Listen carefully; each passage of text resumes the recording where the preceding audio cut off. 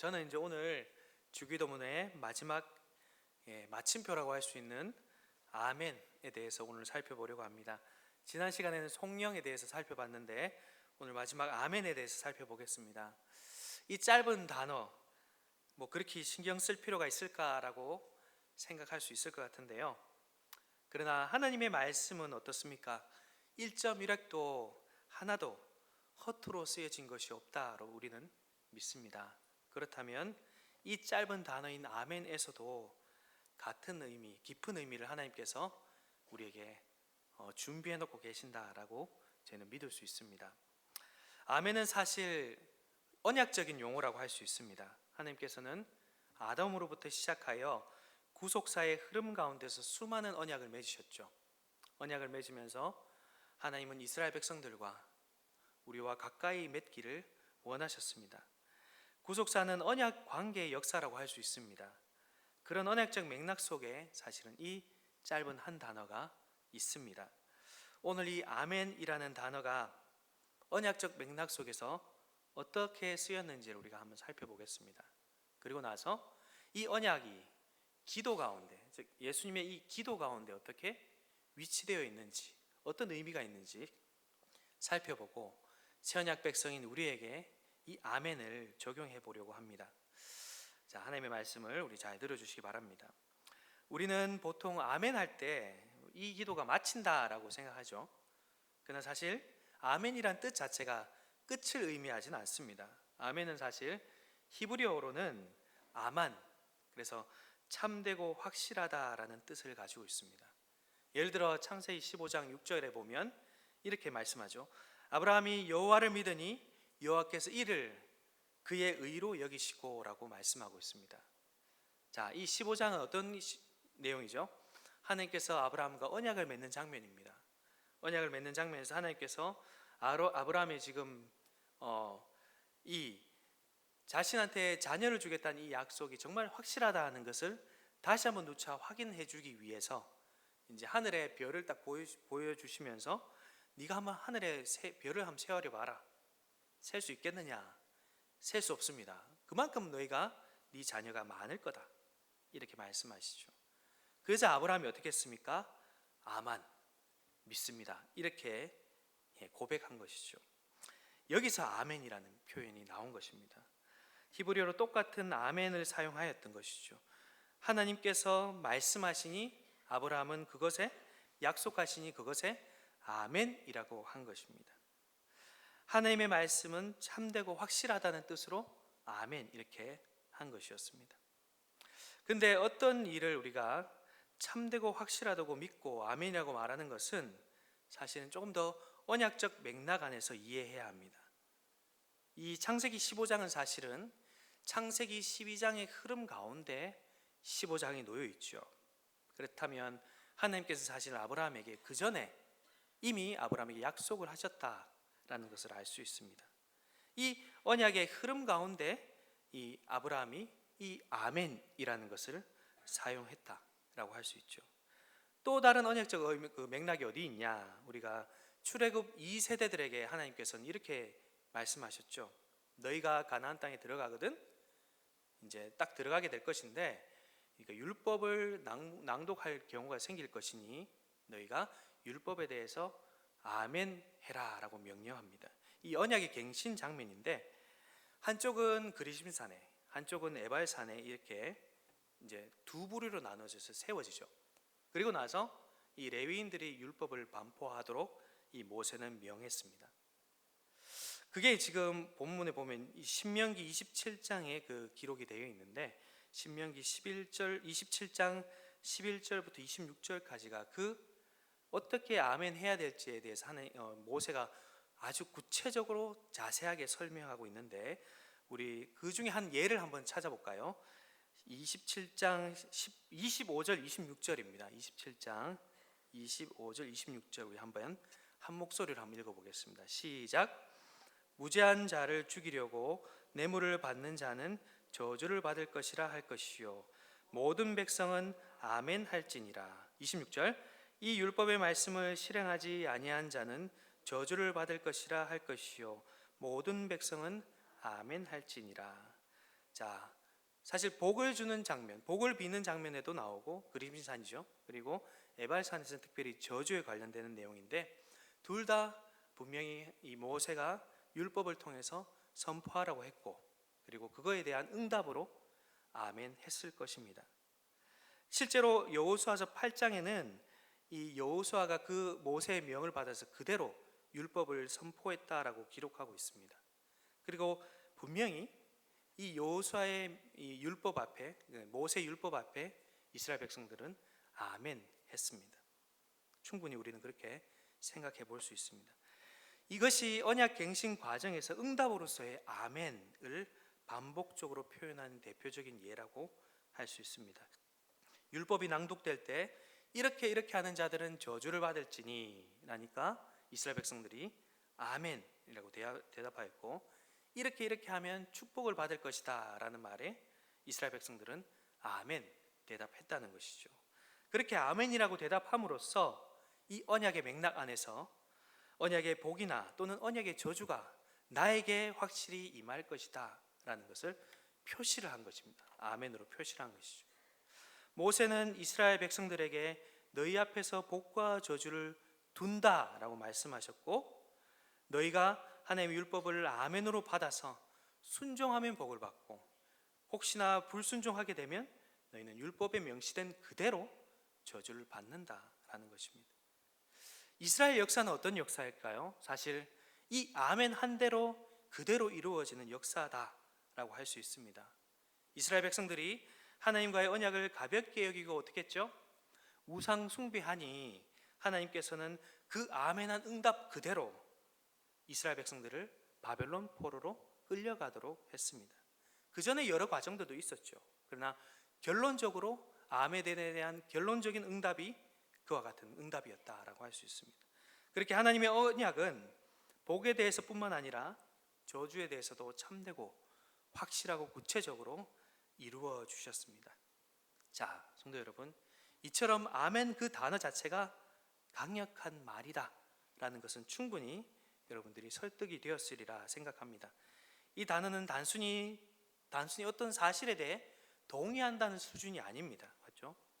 언약의 저주와 복을 전부 나에게 받겠다, 전부 내가 받겠습니다 라는 것을 아멘 한 단어로 짧게 응답한 것입니다. 하나님의 언약 말씀은 참되고 진실하기에 그대로 나에게 이루어진다는 것을 아멘 이렇게 고백한 것이죠. 성도 여러분, 그러므로 아멘은 어떻습니까? 언약의 이 연속성 가운데 있는 신구약 성도들 모두에게 동일하게 적용된다 할 수 있습니다. 구약 성도들에게 아멘 뿐만 아니라 신약 성도들에게도 동일하게 하나님의 약속을 떠올리고 또 하나님의 신실하심을 떠올리면서 자신에게 그 모든 것들이 이루어질 것입니다. 아멘 할 때 그것이 이루어지게 되는 것이죠. 그러므로 청중들의 반응을 이끌어내기 위해서 아멘을 유도한다거나 어떻습니까? 아멘을 남발하는 것은 사실 좋지 않겠죠. 왜냐하면 있는 그대로 이루어지기 때문입니다. 또 단순히 이기적인 소원을 이루어 달라는 마음에 아멘을 남발하는 것도 잘못된 태도입니다. 우상숭배적이다 할 수 있죠. 우리는 아멘을 하나님께서 우리의 응답한 그대로 행하신다는 것을 두려움을 가지고 사용해야 된다는 것이죠. 자, 이런 맥락을 우리가 알고 염두에 두고 예수님께서는 이 맥락 그대로 가운데서 제자들과 우리들에게 이 주기도문을 가르쳐 주셨습니다. 그리고 마지막에 아멘 하라고 가르쳐 주시고 계십니다. 아멘이라고 하는데 이 아멘도 앞에서 살펴본 것 그대로 이 언약 맥락을 다 담고 있다라고 할 수 있습니다. 무슨 의미입니까?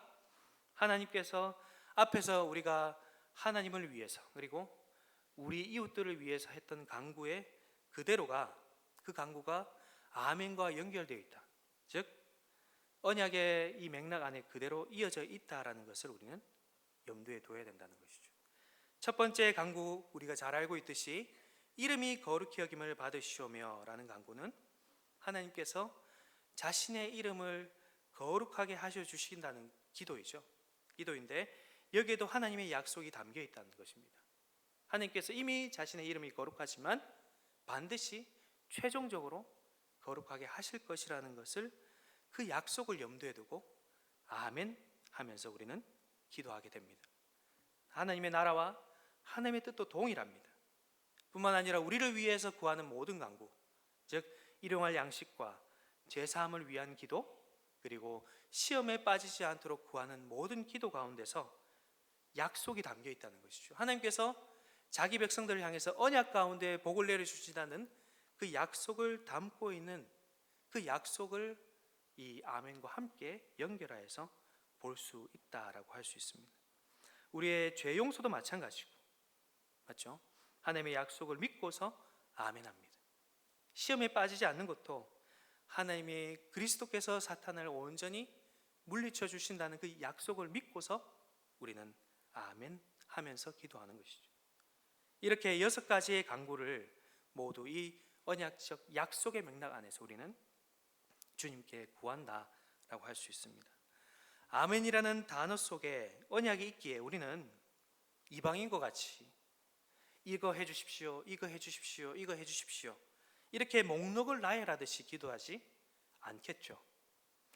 이교도의 기도 속에는 무엇을 달라고 하는 것이 전부입니다. 거기에는 교제가 없지요. 그러나 우리는 어떻습니까? 아멘 속에 담긴 이 언약의 맥락을 고려할 때 우리의 기도는 하나님과 언약적 교제를 담고 있다라고 할 수 있습니다.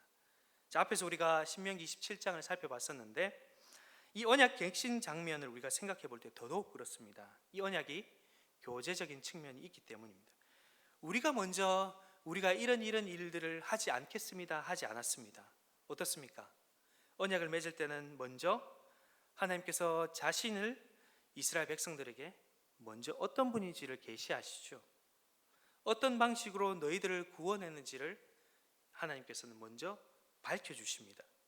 그리고 하나님은 자신에게 자신이 어떠한 일들을 하겠다 계약과 또한 약속과 명령을 함께 주시죠. 그런 후에 어떻습니까? 우리는 이런 일들을 행하겠습니다, 따르겠습니다, 그 명령을 지키겠습니다 라는 반응을 하는 것입니다. 이것이 바로 교제, 언약적인 교제라고 할 수 있죠. 예수님은 이런 언약적 맥락 속에 이 주기도문을 두셨어요. 이와 같은 방식의 기도, 언약적인 기도, 언약적 대화로서의 기도에 초점을 맞추도록 하려고 마지막에 아멘 하라고 가르쳐 주신 것입니다. 아멘으로 끝나는 것은 결국은 무엇입니까? 일방적으로 기도 제목을 쭉 나열하는 것을 멈추고 하나님께 먼저 듣고 거기에 믿음으로 반응하는 언약적 대화임을 각인시켜주는 도구다, 단어다라고 할 수 있는 것이죠.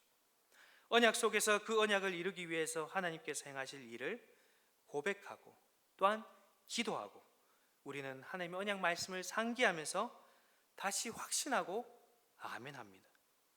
언약의 교제를 나누며 기도할 때 우리는 주님이 그 언약하신 것을 반드시 지키실 거라는 것을 생각하고 우리의 삶을 다시 한번 하나님 앞에 내어놓고 간구하게 되는 것이죠. 그럴 때 하나님께서 기도의 응답이 이루어질 때 어떻습니까? 하나님을 자연스럽게 더 알게 되고 종국에는 하나님을 찬양한 데까지 나아가게 되는 것이죠. 성도 여러분, 아멘이라는 말로 기도를 마칠 때 우리의 기도는 하나님으로, 그리고 하나님의 약속으로, 그리고 하나님의 하신 일로 정말 하나님으로 풍성해집니다. 자기의 기도 제목이 여전히 내 머릿속에 남아서 나를 어렵게 짓누르는 것이 아니라 하나님으로 가득 차서 하나님으로 확신하며 이 세상을 살아갈 수 있도록 하는 것이죠. 이런 측면에서 우리의 기도는 이방인의 기도와 가장 크게 다르다라고 할 수 있습니다. 그래서 예수님께서 이런 맥락 가운데서 마태복음 6장 34절 우리 한번 읽어볼까요? 마태복음 6장 34절입니다. 네, 한번 한 목소리로 한번 읽어보겠습니다. 마태복음 6장 34절 시작. 그러므로 내일 일을 위하여 염려하지 말라. 내일 일은 내일 일이 염려할 것이요 한날이 괴로움은 그날로 족하니라. 아멘.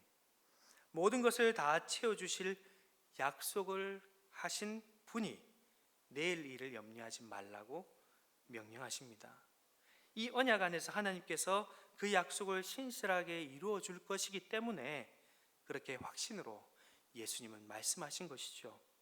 예수님 자신도 자신의 큰 일을 앞에 두고 두려워 떨으셨습니다. 맞죠? 두려워하셨죠.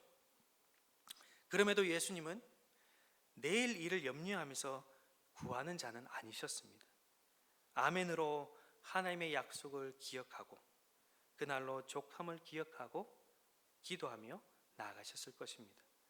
우리는 결코 무엇이 부족하기 때문에 더 얻어내려고 더 구하기 위해서 우리는 기도하지 않습니다. 우리는 하나님께서 우리를 긍휼히 여겨주시도록 맺으신 언약을 친히 이루어 주실 것을 확신하면서 우리는 평안 가운데 아멘하고 기도하는 것입니다.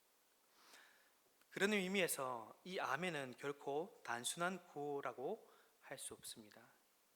성도 여러분, 그러나 우리가 아멘에 담긴 이 언약적 맥락을 기억하고 열정적으로 믿음으로 기도한다 하더라도, 그러나 우리의 눈에는 어떻습니까? 아멘처럼 확실하게 기도의 응답이 바로 이루어지는 것을 볼 수는 없을 때가 많죠. 기도의 응답은 사실은 우리 믿음의 고백에, 즉 아멘 그 자체에 달린 것이 아닙니다. 무엇입니까? 바로 우리의 아멘을 아멘되게 하신 아멘 그 자체가 되신 예수님이 우리의 기도의 근거가 되십니다. 아멘이 단순한 구호가 되지 않도록, 허공에 치는 메아리가 되지 않도록 예수님께서 아멘의 예수님이 되신 것이죠. 우리 요한계시록 3장 14절에 실제로 예수님 자신을 아멘이라고 하셨습니다. 우리 한번 3장 14절 계시록을 한번 찾아볼까요? 요한계시록 3장 14절입니다. 시작. 라오디게아 교회의 사자에게 편지하라. 아멘이시오. 충성되고 참된 증인이시오. 하나님의 창조의 근본이신 이가 이르시되. 예수님께서 다 이루시고 나서 하늘로 승천하셔서 이 교회들에게 내리신 자신의 모습을 이렇게 표현하고 있습니다. 아멘. 예수님 자신이 무엇입니까?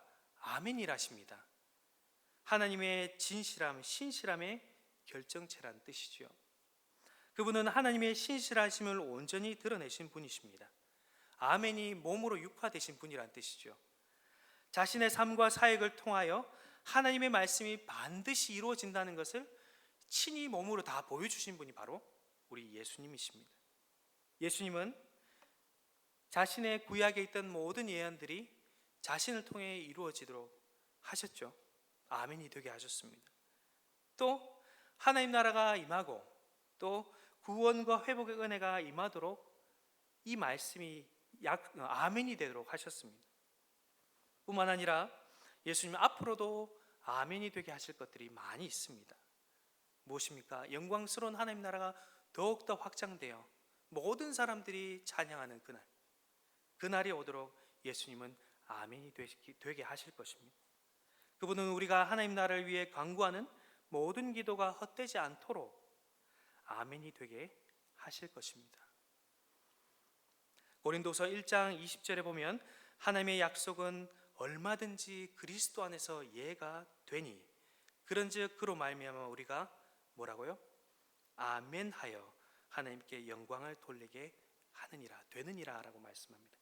예수님이 앞에서 예가 되셨기에 우리는 아멘하고 하나님께 영광 돌릴 수 있는 것입니다. 우리가 기도하는 것이 진실로 그대로 될 줄로 믿는 근본적인 확신의 근거는 바로 예수님 그분이시죠. 예수님이 우리의 아멘 유일한 바탕, 원천이 되십니다. 우리의 아멘은 오직 아멘이신 예수님께 뿌리를 두고 있습니다. 그런 면에서 예수님이 십자가에 달리시기 전 이 주기도문을 가르치실 때는 이 말씀을 하지 않으셨지만 이 주기도문의 아멘은 예수님의 이름으로 기도합니다. 아멘을 축약한 거나 마찬가지입니다. 실제로 주님은 예수님께서 이제 자신이 떠나기 직전에 제자들에게 이런 말씀을 하셨죠. 지금까지는 너희가 내 이름으로 아무것도 구하지 아니하였으나 구하라 그러면 받으리니 너희 기쁨이 충만하리라 라고 말씀합니다. 예수님께서 자신의 이름을 비로소 주신 것입니다. 주님이 십자가의 죽음과 부활을 통해 율법의 저주의 말씀과 그리고 새언약의 약속의 말씀을 온전히 성취하여 아멘이 되게 하셨기에 우리가 비로소 예수님의 이름으로 기도합니다. 아멘 할 수 있는 것입니다. 그래서 아멘과 오늘 우리가 배우고 있는 아멘과 예수님의 이름으로 기도는 매우 긴밀하게 연결되어 있는 것이죠. 성도 여러분, 우리는 예수님의 이름으로 기도합니다. 아멘 합니다. 아멘은 예수님이 십자가와 부활을 통한 구속으로 아멘이 된 하나님의 약속과 말씀이 우리에게 반드시 아멘 되도록 한다는 의미입니다. 우리가 아멘으로 기도를 끝마치는 것은 이런 확신으로 기도하는 것이지요. 존귀하신 하나님의 이름이 아들이 인간이 되셔서 십자가에서 고난받고 부활하심으로 아멘이 되게 하신 하나님의 모든 은혜와 그리고 약속은 아멘으로 끝맺는 우리의 기도의 응답으로 이루어질 것입니다. 예수님의 이름으로 하나님 나라가 임하기를 구하는 기도는 반드시 응답됩니다. 예수님의 이름으로 죄사함을 구하는 기도는 반드시 응답됩니다. 우리가 이 땅에서 하나님 나라를 위해 구하는 필요한 양식과 또한 이웃을 위하여 필요한 양식들을 구하는 기도는 예수님의 이름으로 구할 때 반드시 응답되는 것이죠.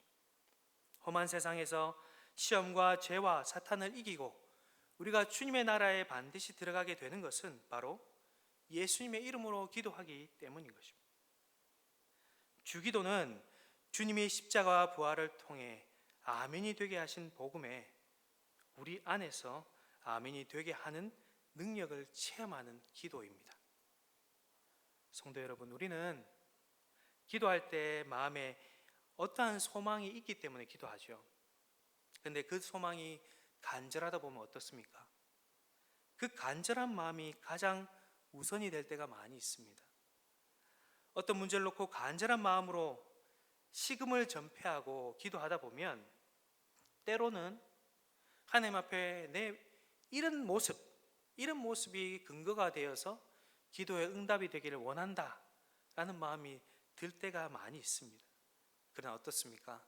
하나님 앞에 이것은 우리 기도의 응답의 근거가 될 수는 없습니다.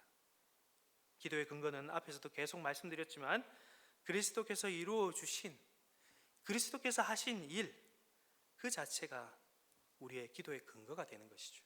우리의 간절함이 기도의 근거가 될 수 없습니다. 지성이면 감천이라는 태도도 그것은 기도의 근거가 될 수는 없습니다. 오히려 기도를 끝맺지 못하게 하는 아주 나쁜 태도라고 할 수 있습니다. 지성이면 감천이다. 다른 사람보다 더 많이 고행을 해야 되고 더 노력해야 된다는 뜻이죠. 하늘에 울릴 때까지 더 기도해야만 이 기도가 들어질 거라고 생각하는 말입니다. 그러나 그것은 절대 사람으로서 짊어질 수 없는 짐을 지는 것과 같습니다. 그래서 하이델베르크 요리문답 마지막 문인데요, 129문에는 이렇게 이 아멘에 대해서 고백하고 있습니다. 제가 한번 129문의 답을 읽어드리겠습니다. 아멘은 참되고 확실하다는 뜻입니다. 내가 하나님께 이런 것을 소원하는 심정보다도 더 확실하게 하나님께서는 내 기도를 들으십니다. 이렇게 고백하고 있습니다. 우리의 소원하는 심정보다도 더 확실하게 하나님은 기도에 응답하신다는 뜻이죠. 그토록 구원자가 오기를 구했던 유대인들의 심정은 하늘에 사무쳤을 것입니다. 그렇겠죠. 400년 동안 여러 제국들의 노예가 되어서 구원자가 오기를 간절히 기다리는 그 기다림, 그것은 하늘에 사무칠 정도로 대단한 것이었을 것입니다. 예수님과 가장 가까이 있었던 제자들도 마찬가지였죠. 그러나 그들은 정말 하나님이 인간에게 필요한 구원자가 아니라 무엇을 구했습니까? 로마 제국에서 구원할 구원자 다윗 왕을 구했지, 죄로부터 우리를 구원할 구원자를 구하진 않았습니다. 예수께서 십자가에 달려 죽게 된다, 그것이 나의 길이라고 베드로에게 말했을 때 베드로는 뭐라고 이야기했습니까? 죽지 마십시오. 예수님은 그 길을 가셔서는 안 됩니다 라고 막아섰던 자가 바로 하늘에 사무칠 정도의 심정으로 구원자를 구했던 제자 베드로였습니다. 세상의 눈에 보기에는 좋은 제자라 평가할 수 있겠지만 하나님께서 하시는 구원의 일과는 그는 전혀 상관이 없는 자였습니다. 제일 가까웠던 제자들도 이렇다면 우리는 더 하겠지요. 우리의 심정보다도 더 확실하고 중요한 것은 우리의 열정, 우리의 심정, 하늘에 사무치는 심정이 아니라 무엇입니까? 하나님께서 그리스도를 통해 이루신 사역, 그 일에 달려 있다는 것이죠.